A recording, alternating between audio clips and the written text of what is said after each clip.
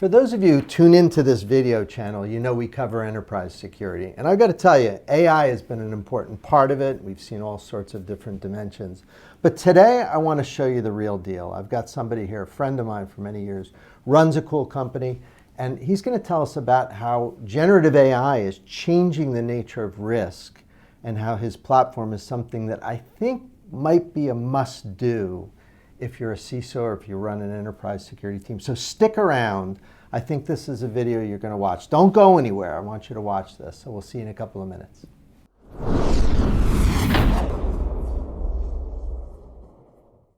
Hi, it's Ed Amoroso from TAG. How are you doing? Here for, I think, a really important discussion with my friend Yaki Faitelson, who runs Varonis. You've seen him here on our channel. I sat through a couple of briefings in the last few weeks and saw, I think, sort of both the promise and the risk of what generative AI can do in an organization. And I've been sort of mulling through, how do we fix this? I think Varonis has a big chunk of the answer to that. Nobody has a full chunk. AI changes every 2 minutes. But I'm going to ask Yaki to share with us what his team's doing. I think this is as close to a you must do as I've seen in a long time. So, Yaki, how are you doing? Doing very well, thanks. So you have been busy, haven't you? Very busy. The last time we were together, we didn't really even talk about generative AI. Yeah. And now we are. I think we're going to spend some time it's all on over that. now. Let's dive right in. You guys have noticed some real risk around generative AI and how it kind of exposes over-permissioning and problems and this and that. Let's start with some of the problems you guys see your customers having, and then I'm going to ask you how you guys are solving it. But let's start with the problem. So Gen AI essentially is shining a lot of light on the data security problem. Yeah. And I think that Congress banned Copilot this week. And what happened, I call it a Pac-Man from hell. So Gen AI is going and just taking any data that it can in what we call the blast radius. And the reality is that around 90% of the data that a user can access is not relevant for them. So you have this robot that has massive productivity gain that mine all the data. So when users are starting to use it, and we see it every time we are doing these AI readiness assessments, they enabling Copilot and then they stop it because it brings you so much data that you don't need to look at. So the first time it happened by mistake, but then it's triggered a lot of curiosity from the users, and you have the prompt, the Gen AI that teach them how to do more sophisticated queries, that a lot of critical data ending up in the wrong hands. But not only that, it generates high value information products at a staggering rate. So what happened if you are not going to solve this problem immediately, you are not going to have any benefits and generate tremendous risk. So this is really what we see. Let me see if I'm going to see if I can play it back, see if I'm understanding it. So for many years, you've taught me that companies have data security problems all over the place. But I think you would agree that until now, it might have been possible to sweep some of that under the rug, over permissioning, things like that. You may or may not have noticed, but now with generative AI, the LLM finds the problem so easily. If you run the query, if Mary Smith is over permissioned, she may not have known it before, but you're certainly going to know it now. So has this just brought a problem that was already there to light? Like, it doesn't seem like it's creating a new problem, it's just making it so clear. It's actually both. Is it both? Because it does generate more data. Once it's so clear, but now you have this very sophisticated search engine that finds the data, but also create a lot of data. More. It can condense. You're right. You know, aggregating. Exactly, and tens of terabytes very fast to high-value information products that are in the wrong hands and completely out of policy. If you will think about Varonis, Ed, so we build robots that remediate access control without breaking any business problem. So we take that and make sure that only the right people can access the right data. The other thing we are doing, we automatically classify data extremely accurately and label it. So we do it before the Gen AI, before the Copilot, and we also do it after with the data that the LLMs create. So only the right people can access the right data. We make sure that only the data in the policy, but not only that. So this is the basis of it. And we really built on what we have done so many years. So it was Gen AI and Varonis was a perfect fit. But then we saw three other problems. One is the prompt problem, that people need to use it in the right way, and many times, as I just mentioned, the LLM teaching the users how to use it in the wrong way. The other thing you have is just risky users, and then the activity of the Copilot. So we're doing prompt security, we identify risky users and risky services, and also make sure we have a very clear audit trail to know how the Copilot and these LLMs are working, and it just works extremely well. You know what it reminds me of? I remember when we all stopped using AltaVista and went to Google. Mm-hmm. And it all of a sudden the internet was this really interesting place. Yeah. Not that it wasn't interesting before, but you know what I mean, shed a light on everything. And there's a guy named Johnny Long that I knew who wrote a book called Hacking with Google Search. It was something like that. And I think it was the birth of the digital protection industry where you search around the dark web and you look for reputations. A lot of companies that do that. I think in a sense, these generative AI models look like an acceleration of what you guys do. It's taken something that we knew was a problem, and now I said, like in the intro, I think it's a must do. And are you hearing that from, like, do customers get this? Like when I heard it, I went, whoa, and I never say whoa. Like, are you hearing that? Did they kind of get the point? We hear it, and they get the point because it's inevitable. It's in their face. You just enable the thing, exactly, and you get right. data. That's why I said I think you were sweeping it under the sweeping under the carpet a little bit. The reality, it's very interesting because almost every breach is a data breach. So the most important thing is to protect the data, and you need to do it in a very efficient way. But now, every user that's using these Copilots and LLMs is exposing the problem, and just make it orders of magnitudes bigger. Is the Microsoft Copilot the biggest use case? Is that the one that comes up the most? At this point, it's we see that. Yeah, at this point, Microsoft Copilot, and what happens is that that is very interesting for us, that Varonis and Microsoft now are really better together. It's 1 + 1 = 10. The Varonis robots are watching the Microsoft robots to make sure that you manage very well the tension between the biggest productivity tools for data and to make sure that you are solving the data security problems without any effort. We always say it's just humans can't manage the data security problem. It needs to be completely automatic. And this is what we're focused on, to make sure that we're building these robots and using AI in order to solve the data security problem. I've seen some reference from Microsoft to you guys.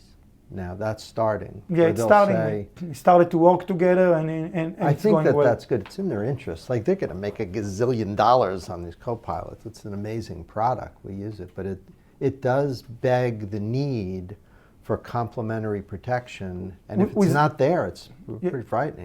Without data security, an organization will be really focused about solving the data security problems. The risk will overcome the benefits very, very fast. It's a very risky proposition if it's not protected, if the data is not protected correctly. But if it is, it's unbelievable. It's just a game changer for organizations. Is this like creating, I wonder if it's just like what next gen DSPM looks like, the idea of this symbiosis between AI and posture management. Is that a way of thinking about it? I think that DSPM, essentially, it's a very, very small part of a data security problem. So if you look at most of the vendors, it's very interesting. At the end of the day, what we are doing is to make sure that automatically you don't have a data breach. This is the most important thing. Yeah.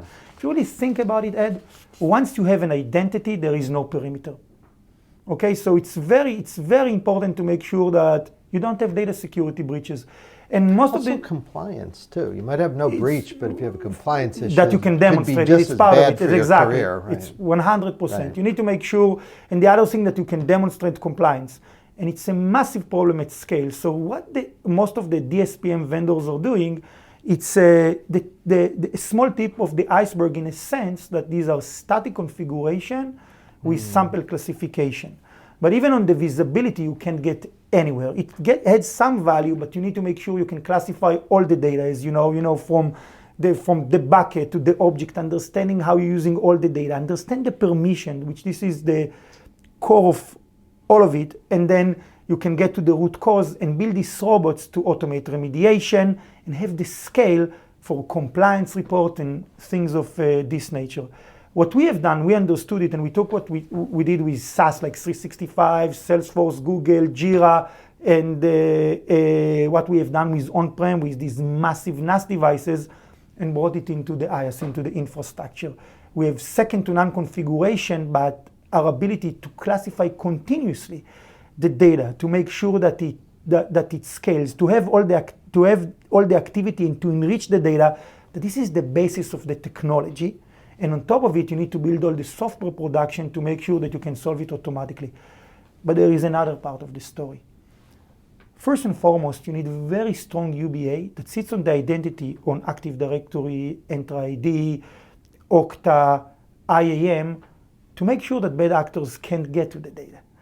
And then make sure that only the right identities and user can access the data. And once you have any behavioral problem, you identify it and get to the root cause in seconds. So the DSPM concept is a very small part of a much bigger data security platform. And another thing, you and I, in our conversation, we talk about a lot of breaches. And if you look at the breaches, they always go from one data repository to the other.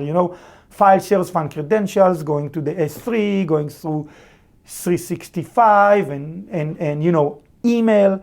So if you are not sitting on the user directories and many data stores and be able to monitor the activity and build these usage profiles, there is no way that you can secure from breaches. And if you don't have the scale, you can't adhere to any compliance requirements. Have you had to make changes to the platform for GenAI? You're describing your functionality. I'm wondering, have you been able to apply your technology directly to these use cases, or did you have to change anything? No, I always say that I was the founder of Varonis twice. One when we started, and then several years ago when we build our SaaS platform, we just look at everything that we learn and we say, how can we automate everything?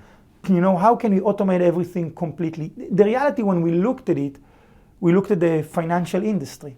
And I said the security industry is upside down in a sense that perimeter security is essential. There are amazing companies, but it's a very small part. When you look at the financial industry, without a ledger, you can't do anything. You can't detect fraud. You really can't do anything. And most of the people are protected from fraud, and you know what's going on in your account because you have a ledger and it has the right usage profile and you know how to analyze it. Without a solution like ours, you don't know what's going on with your data. So if you think in probabilities, if your perimeter is failing, and as we said, if you have an identity, there is no perimeter, you're starting to see massive amount of damage. So we really build it completely to have automation, to solve the data protection completely automatically with these robots. So almost whatever you throw at us, we will solve it completely, because when you can understand what is critical, how people are using it, and use it to do effective remediation and have the enrichment to make sure that you can build this usage profile, you will solve the problem. So the underlying technology is to be able to solve any data security problem, and a byproduct of that is to make sure that you can adhere to any compliance that is coming your way. And then obviously, like the Copilot, you need to do some minor adjustments, but at the core, just the platform is perfectly built to automatically solve these problems. A lot of the customers we deal with, when they hear posture, they think, find, classify, document, done. But we're describing a much more dynamic situation. Is monitoring a better word than posture, maybe? I mean, I know you guys do that. It's all together. I wonder if it's a better word. So as I said, you have some statistics configuration or misconfiguration. This is posture. The dynamic one and the hardest one is always the permissions. And then you have the activity and classification. To classify a small sample of data, it's easy. To classify a petabyte of data accurately and to understand, really to boil the ocean, it's very hard. And we're at a place, Ed, that without the right AI, you will not be able to solve the data security and the data management problem. But in order to do that, you need to normalize the data very effectively. We believe that you need to solve this problem completely automatically for organizations, and this is what we are doing, and thankfully it's working very well.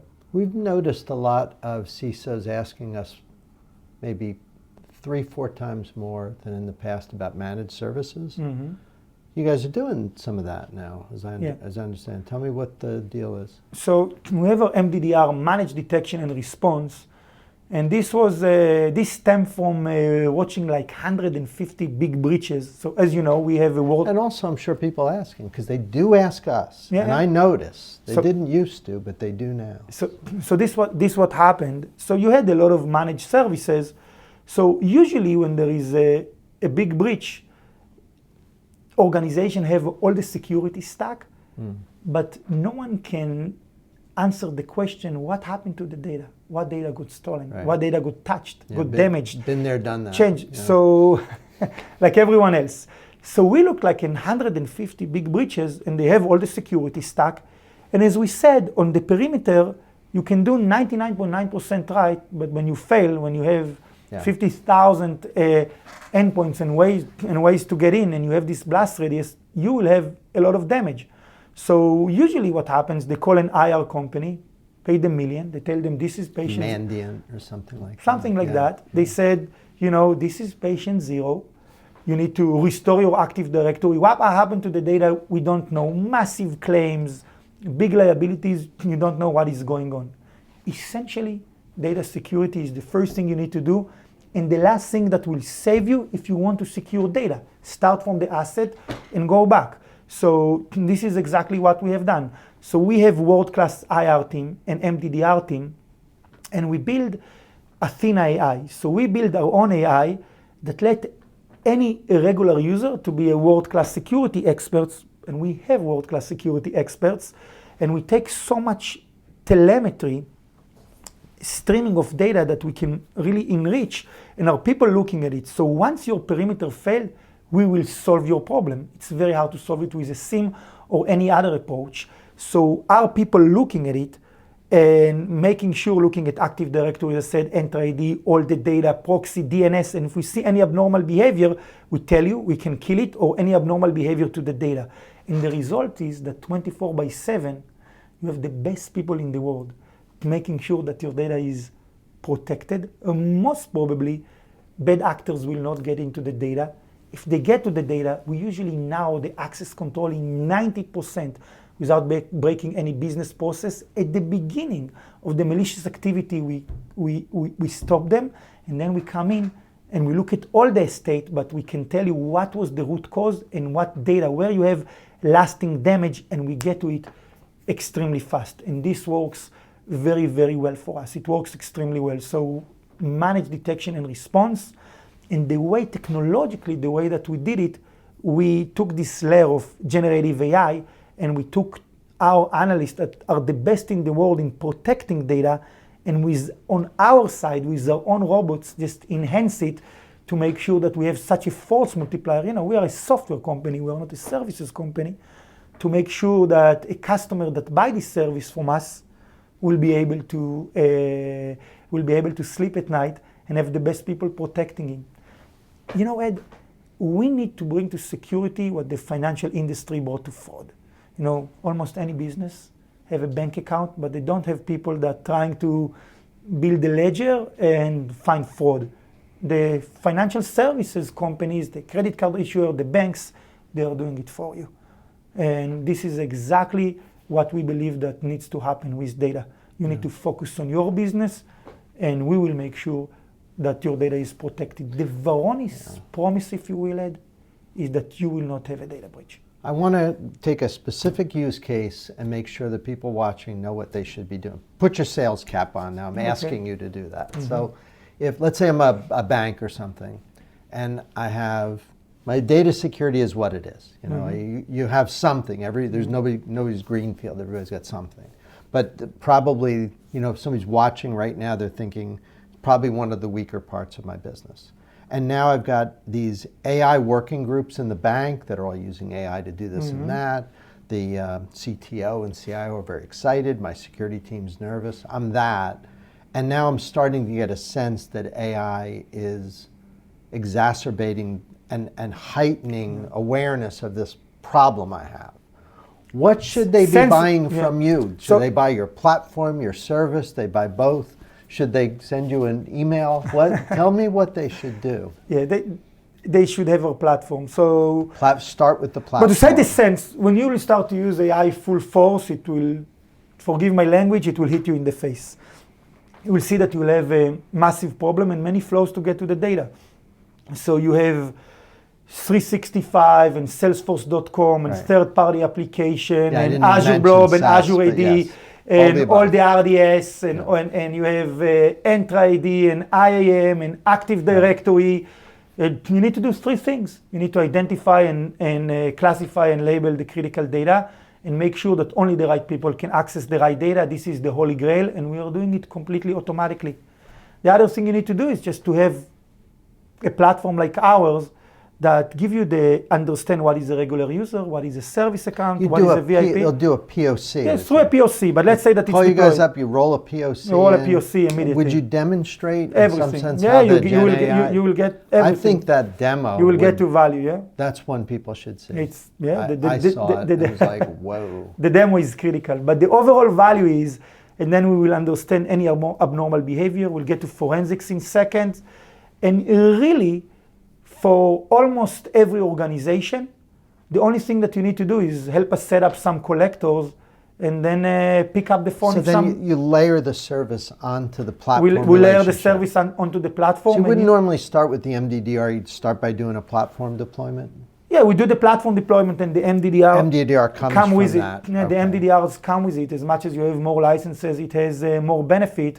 And what will happen is that you immediately will be protected, and you will need to do very little. Our robots and our team will do almost all the heavy lifting for you. A bit of set up the robots with us and tell us, where you want to start. But very fast today, 5,000 user shop with, a lot of data with Azure, AWS, big Salesforce, box, massive 365, on-prem data. As you know, all ransomware is coming today to all these on-prem CIFS environments, some on-prem Unix.